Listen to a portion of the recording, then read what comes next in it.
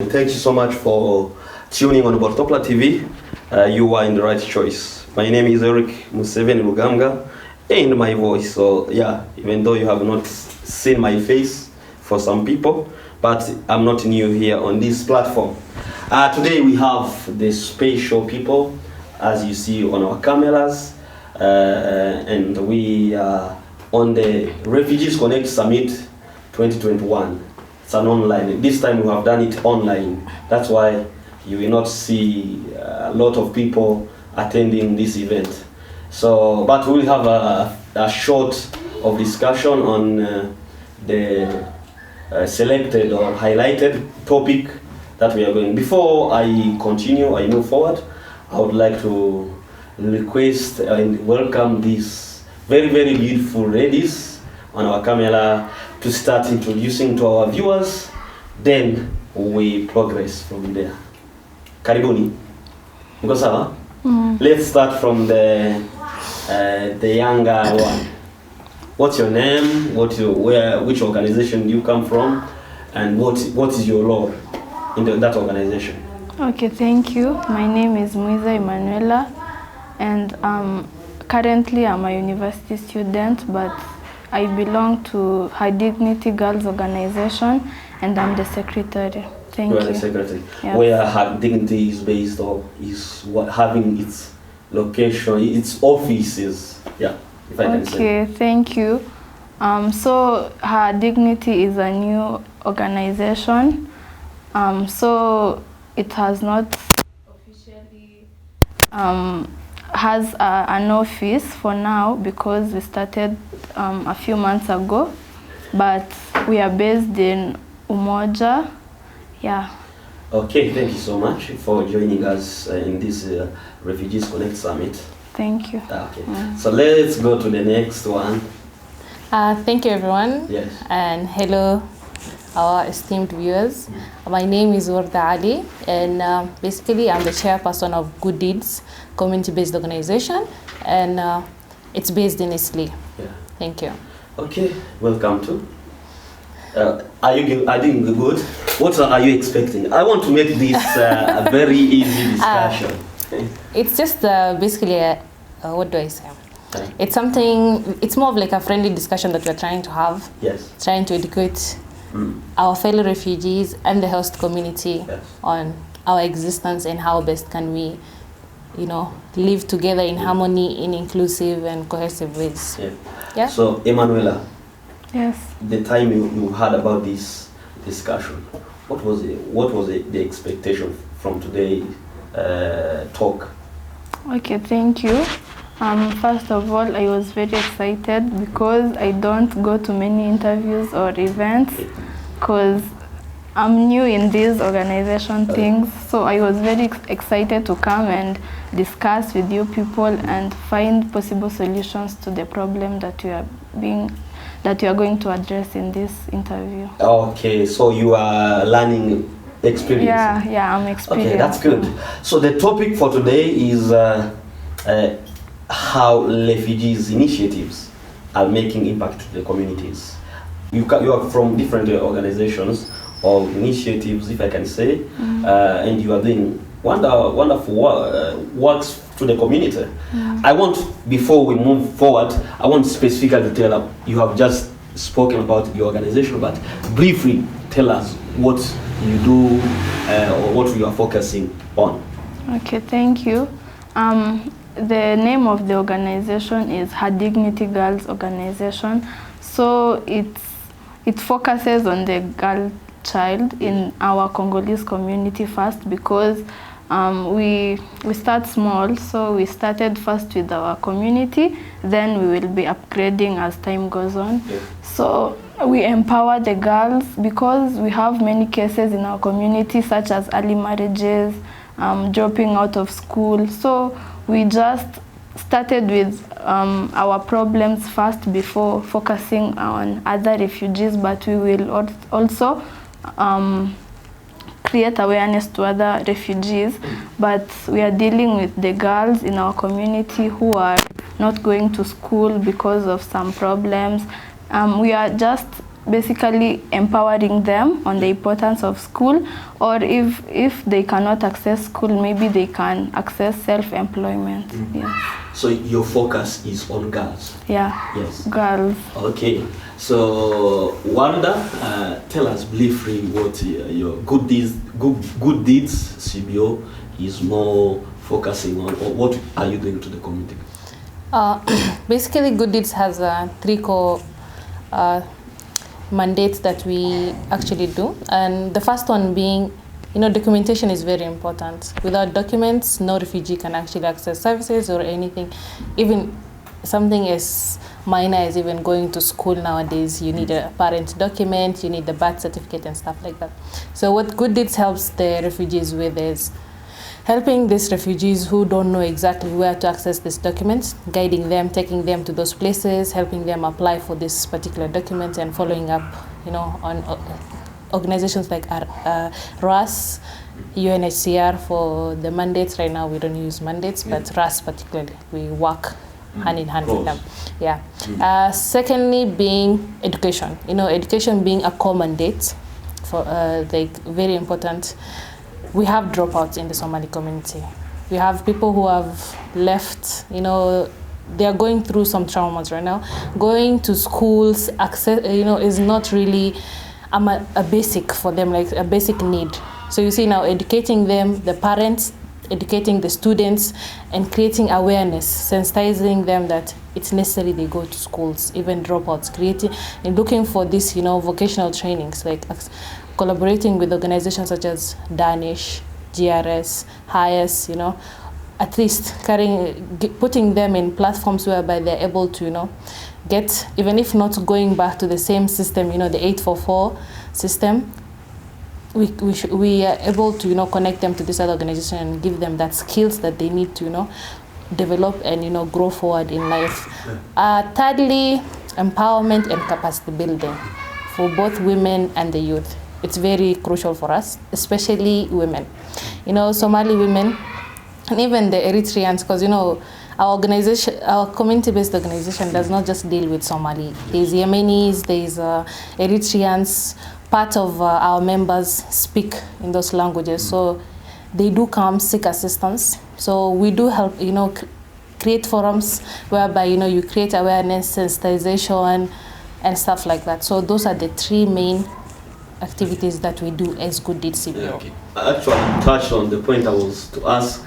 If you guys, you are only focusing from people in your communities only, but from your organization, as you've said, you have other communities. What about the Kenyan host? Among our members also we have Kenyan members within our community. I mean, among the Good Deeds members. So we do, like, when you look at looking for scholarships for these students to know, at least even after high school, where are they going? Even for high school, there are people who need assistance, connecting them, because again, this other organization like Danish, GRS, they have percentage of the offer, scholarship offers to the host. So, guiding them. Some Kenyans are not aware of these opportunities exist. So, at least channeling them, go there, you can get assistance. You can go to Danish, you can get assistance like that. Okay, Emmanuella, do you also include other people from, here there are many communities from the refugee, who have a refugee status and asylum seekers. Do you plan to work with them, or do you already have them as part of your organization? No, for now we don't have any other communities, because as I told you, we started a few months ago. So we are for now we are helping our people on our side, like the Congolese girls, but in the future we will also be helping other people. You think, as the committee of the organization, you think to expand and also bring other people joining you? Yes, so that's good. Planning. So what you have said is it's based on your experience, because organizations outside, I know you live in the community. What about other young people from the refugees community? Are they also doing anything like having those initiatives like yours, or it's few? How can you tell someone who don't know how young people in the community and in Kenya, what are they doing? Okay, it's not just us, the refugees alone, like us, the few who are actually in this field, but there are others who are actually collaborating, with even the Kenyans themselves, creating some CSOs that they're able to, help the community in different ways. Like in my organization, I have members who are part of different committees. Like we have a member of ours who is in he's studying marine engineering. So you see, he's not just based within Isli, but also Mombasa, because that's where he comes from and all. So he has his own community, like the youth, just what he usually does is give tuitions. That's how he's helping the community, giving tuitions to high schoolers, because especially the subjects that he's doing. I have another member of ours who actually does her own way of helping, at least offering what she studies is, she has done general medicine, so at least giving medical advice, doing some small clinics, that's what she does. So they're upcoming, but very few, at a very slow pace, because not many are actually aware that they're able to create. So it's for us to reach out, through these activities and forums that we're holding, we are showing people, yes, we're able to come together, bring our own base, community-based solutions, because, you can't wait for solutions from outsiders. The solutions comes from within. So yeah, it's coming. Yeah. So, and also there are other people from the refugees community who are doing great initiatives for the community. Of course. Yeah. So how is it easy for a refugee to have an idea of starting something that will benefit the community, and how is it easy to start it, and what is the difficulties to make the dreams come to a reality? Okay, so it's not really that easy. I would not also say it's impossible or hard. It all depends, how much exposed are you as a person? Do you have worth networks? Were you able to interact with the host? Because, again, I'm Somali. I have networks, Congolese, Sudanese. One has to go out of their way, get into this environment, socialize, interact, and look for ideas, because your idea alone is not what will actually build this. You need mentees, the elderly people also guide you on how do you actually come up with this organization? What's the best way? What's the best route to follow? In terms of the paperwork involved, the registration and stuff like that. For sure, I can say Goodies has been struggling to get our registration approved yet. And funny enough, we have Kenyans on our board. But it's still struggling. 2019 until now, they lost the application form. We had to reapply again, which it's still under processing. But okay, getting the networks, being informed is also important. What are the things that you need before you actually come and set up a community-based organization? Having a mentee like an NGO, they have been through this. They all started small to up to where they are right now. Having a big NGO working with, CBOs step to step, showing them this is what to do, the do's and the don'ts, avoid this, avoid that. Funding is also an issue. How can a new constructed CBO get a fund? It's not it's not easy. It's not impossible, but you need an NGO to work with you and get the concept not right, the proposal right. The structures also matter.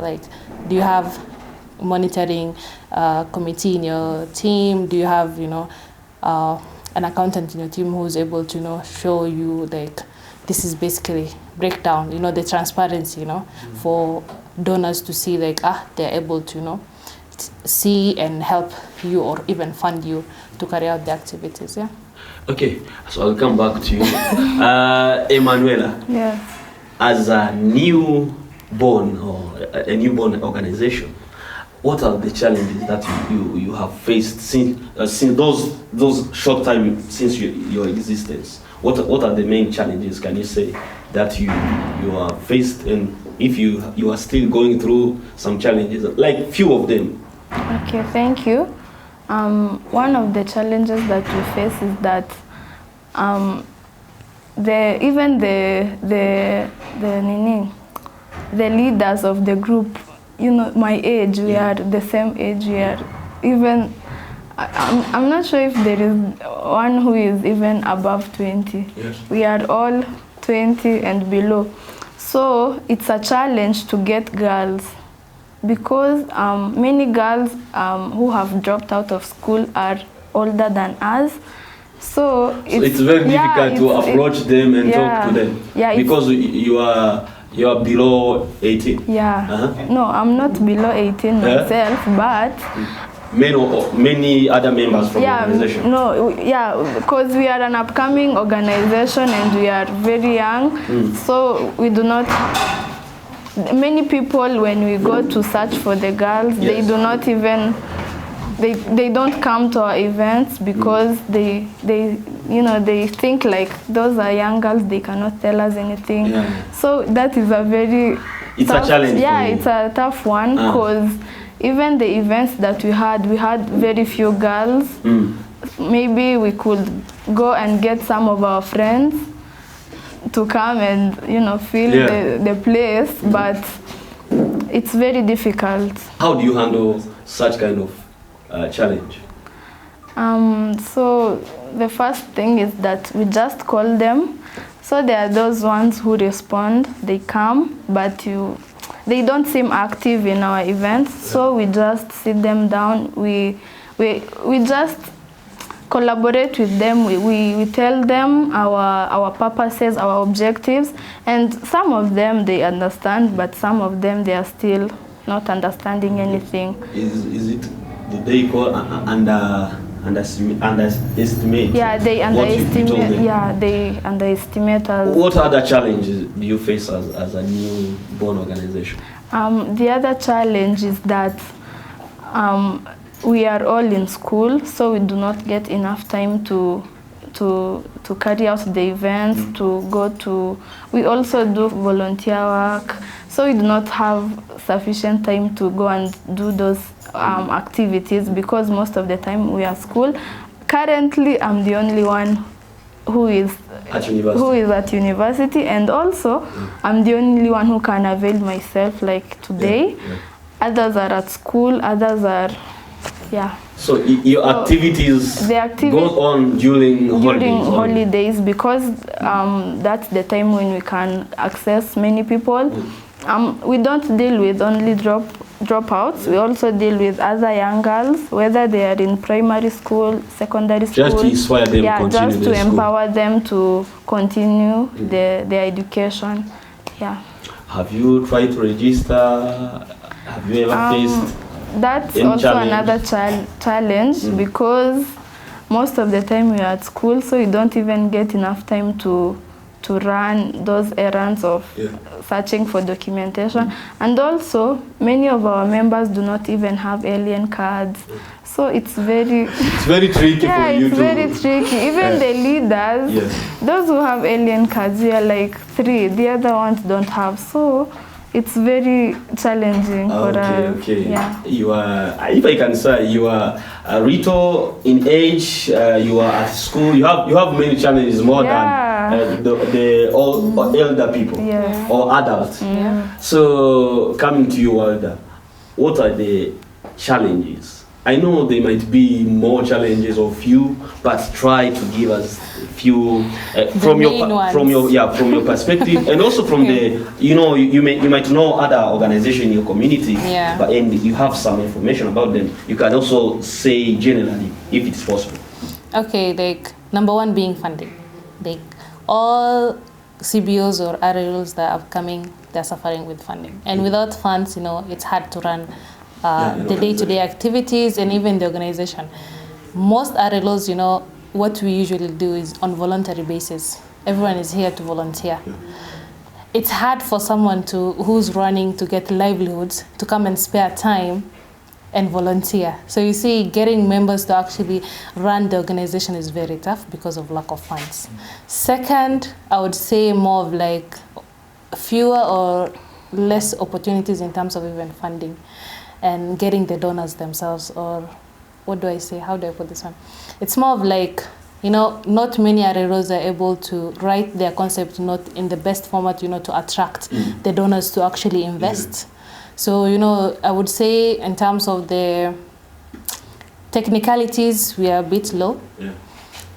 Many of us don't have the committees who would actually, for transparency and accountability, the MNEs, the accountants, it's very rare. So, you need people with those specialities to come in your organization, and you need to pay to get those services. Yeah. So you see, those now becomes our challenges.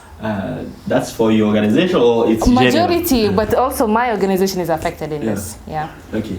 So you guys have started initiatives that are helping many people in the community. You are going through different challenges, but what pushes you to move forward, not yet giving up? Because when you are into something and you face a lot of challenges, there are many people who give it up and they let it alone. But what pushes you to continue moving forward? I think this is more of like an inner calling. That's what I would say. Not many people would actually do this out of their comfort zone, because you have to really strive to actually do this.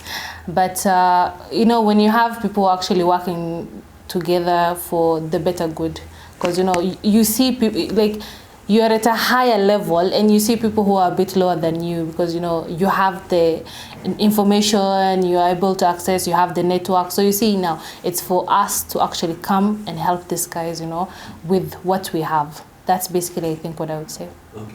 Emmanuel, what pushes you to continue despite all the challenges and even more others that you have not spoken? What pushes you to continue your work? Yeah, so for my organization, what mainly pushes us is that we are still young, so I give up. Yeah. So all of us, we are young, and also, as I told you, we also empower young girls like ourselves. So we just, motivate ourselves. We push on no matter the challenges that we face, because we are young, we are strong, we still have some energy to. And you still have time after some time it will and work. We have time, yeah. Okay. Okay. As we are coming close to the end of this talk, what would you like to tell the young people from the refugees community who are just saying, crying, problems here and there, they are waiting someone to come and help them? Yet you are from the same community, or you have the same status, but you have managed to make a step just to come up to find solution by yourselves. What would you like to tell them in your own words? So first of all, we are all refugees, and we have we have similar problems with them, because we are all refugees here in Kenya. But what I can tell them is that they must be positive in their lives. Yes. No. Here in Kenya, we are facing many challenges in education, work, but we push on. We push on. So what I can tell them is, those who have an opportunity to go to school, they go, because there are other initiatives like the scholarships. They can always, when they pass well, that is, because those scholarships, they do not take the people who do not pass. So those maybe who are in high school, they need to pass their exams. They need to, so that they can get the scholarships. And also those who are maybe not getting access to education, there are some organizations like RCK, they provide... That's a sponsor education for refugees. Yeah, they also provide like some vocational education. They do not need any high school certificates or what. They can just reach out to them and they will be helped. Warda. So you see, what I would urge is, get out of your comfort zone. Look for people, who share the same ideas, the same, motivation as you. create something. Most of the ventures or amazing businesses like we have right now didn't just come out of nowhere. It came out, it started small. So you see, get out of your comfort zone, do something, make the first step. Usually God says, take the first step, I'll take 10 more steps for you. The 99, the remaining. And you're good 99. to go, yeah. So wake up. Most of us are in that comfort zone, and no solution will come for us if it doesn't start from us. In the room, I have few people who have joined to listen to this talk, and probably they might have one or two questions because I still have 4 minutes to finish this. I would like to have 2 people to raise their questions. Then our panelists, they answer the question as we wind up. Thank you so much. Who is first? Okay. For me, it's more or less like a comment. First to say, Warda and Emmanuella, that was amazing sharing. Imagine the work you're doing is work that not everyone can do. Volunteering yourself to respond to those issues in the community is not something easy.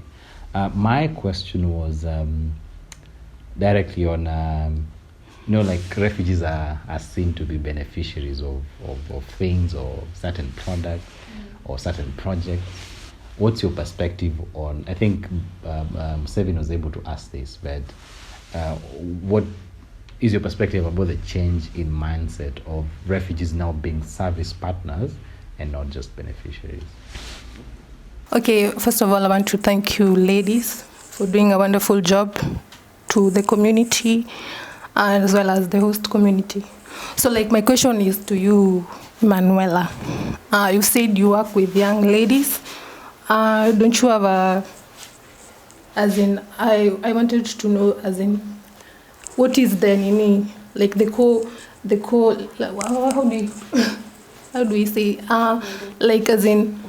objective of the organization? And as well as you say that those mature people that you try to reach, the dropouts, they don't want you to, they see you you are young, you can't explain to them about life because they have already passed through life. So how do you approach them? There's a way you reach people. So I wanted to know, how do you approach them? You see, some people don't just drop out of school. There are so many challenges they face. So I wanted to know how your organization reaches people like them and how you would impact them. So yes, you've come to me as Doreen, I've dropped out of school. How are you going to help me go back to school? Okay, we start with Warda. You answer what Jean-Marie have said, and also we come to you to answer Doreen. Okay. It's very true, actually. Refugees are actually moving from being helped or being beneficiaries most of the times to actually being the people who are actually creating jobs, creating new employment, giving the host community opportunities to make an income. Within Isli right now, for sure, there are refugees who have businesses, employed the host. Leave alone now within the market setup. Even households, maids are actually employed, others on cars of which they hire drivers who are Kenyans to actually, So you see, refugees are not only creating employment, they're also contributing to the economic growth of Kenya. Dadaab never used to exist. Right now is an economic zone. There's a lot of economic activities happening, and it all came up by ideas of refugees, the host now being included, and they are doing this, helping one another in this whatever. Kakuma is also another case scenario whereby there are a lot of economic activities happening. Both the refugees and the host, others are actually coming together and even opening businesses, in terms of partnerships. Yeah. So we have progressed, we have moved. Solutions are now starting from us than solutions being enforced on us. So it's a great achievement we have actually achieved so far. Okay, that's good. Emmanuella? Okay, thank you, Doreen, for the question. So our main objective of Her Dignity Girls Organization, as the name, it's to empower. It's to empower girls to focus on their education. Mostly, it's about education because even ourselves we are studying. So we empower our fellow girls in our community, but we will also move forward to other communities because we are still discussing on the matter. And on the question of dropouts, it's even challenging to get dropouts to come to our events because in our community, many people they ignore education, and also they depend on this UNHCR, the process. They believe that in a few years they'll be leaving Kenya, so there is no need for education. So most of them they drop out, and then they have many expectations of going abroad rather than focusing to the present. Yeah, to maximize the life here in Kenya. Another kind of dropping out is most of our girls they get married earlier, so they finish class 8, but they join Form 1, then they drop out, then they get married, then they settle. So empowering such a girl who has a husband or even who has the plans of getting married, it's very challenging.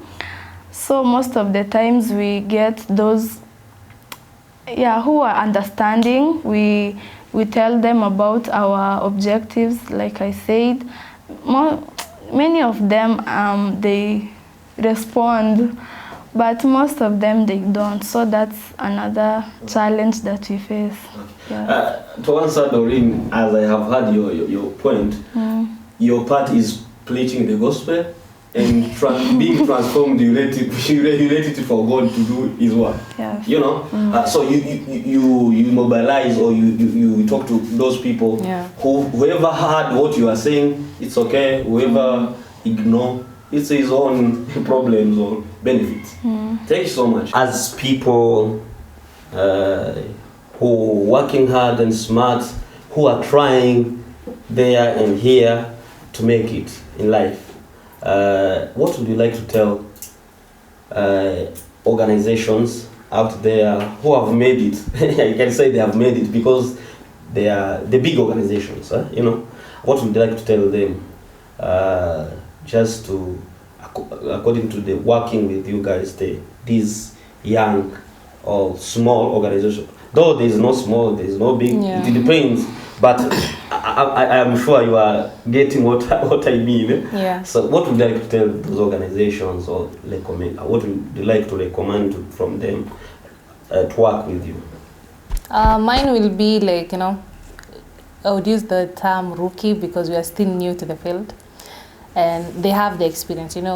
NGOs. I would just urge NGOs to come and be mentors to the CBOs.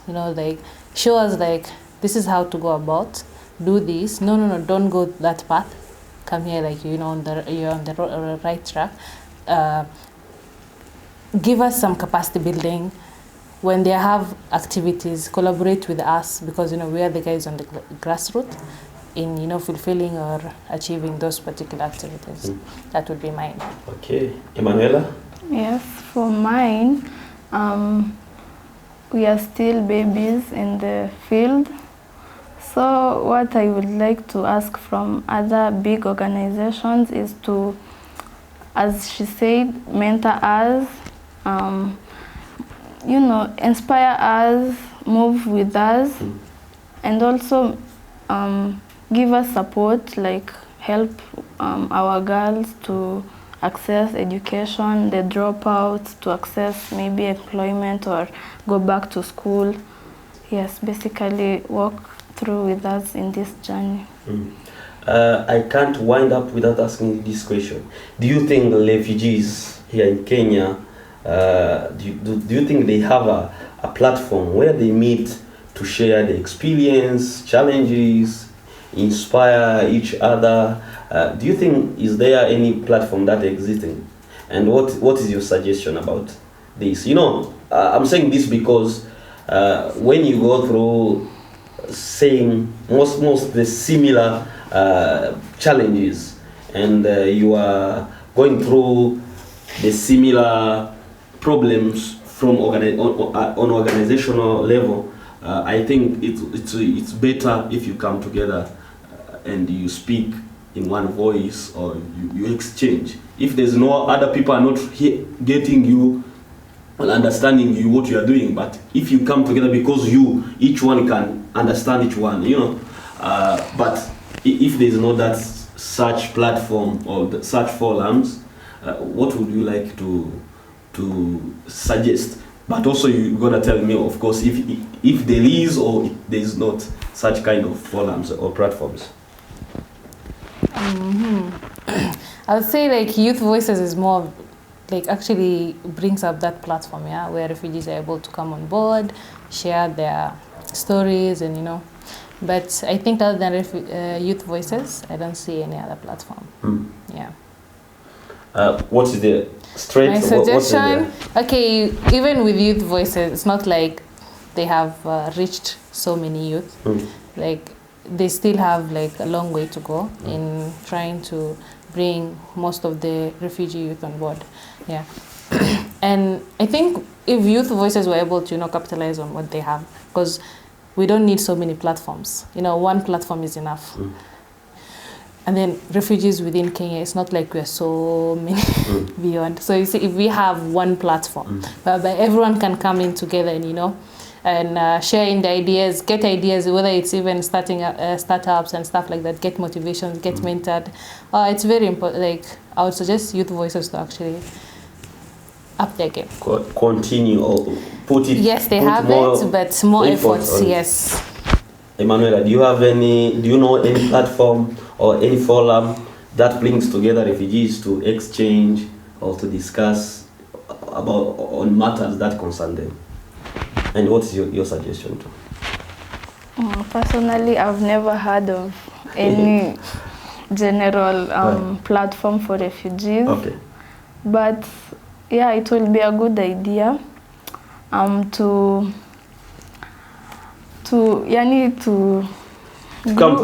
come together, all refugees, because as she said, we are not too many.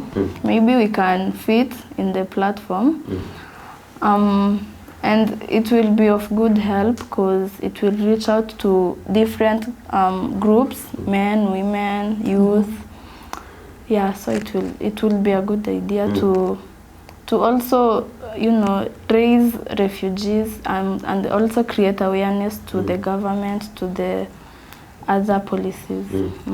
Okay, guys, thanks so much for your insight or your contribution to this discussion. And thank you to our viewers for watching this.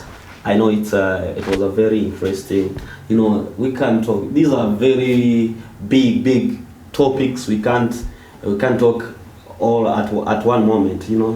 It needs more time, but this is why Botopla TV exists, is just to give the space to the refugees, just to come discuss, debate, to connect in one way or another, because there are people who are sitting somewhere who don't know that refugees can do something. Yeah, of course. If they see or they hear what you are doing, in one way they can get motivated and also say they can do something for them. So Botopla TV, we are here for you.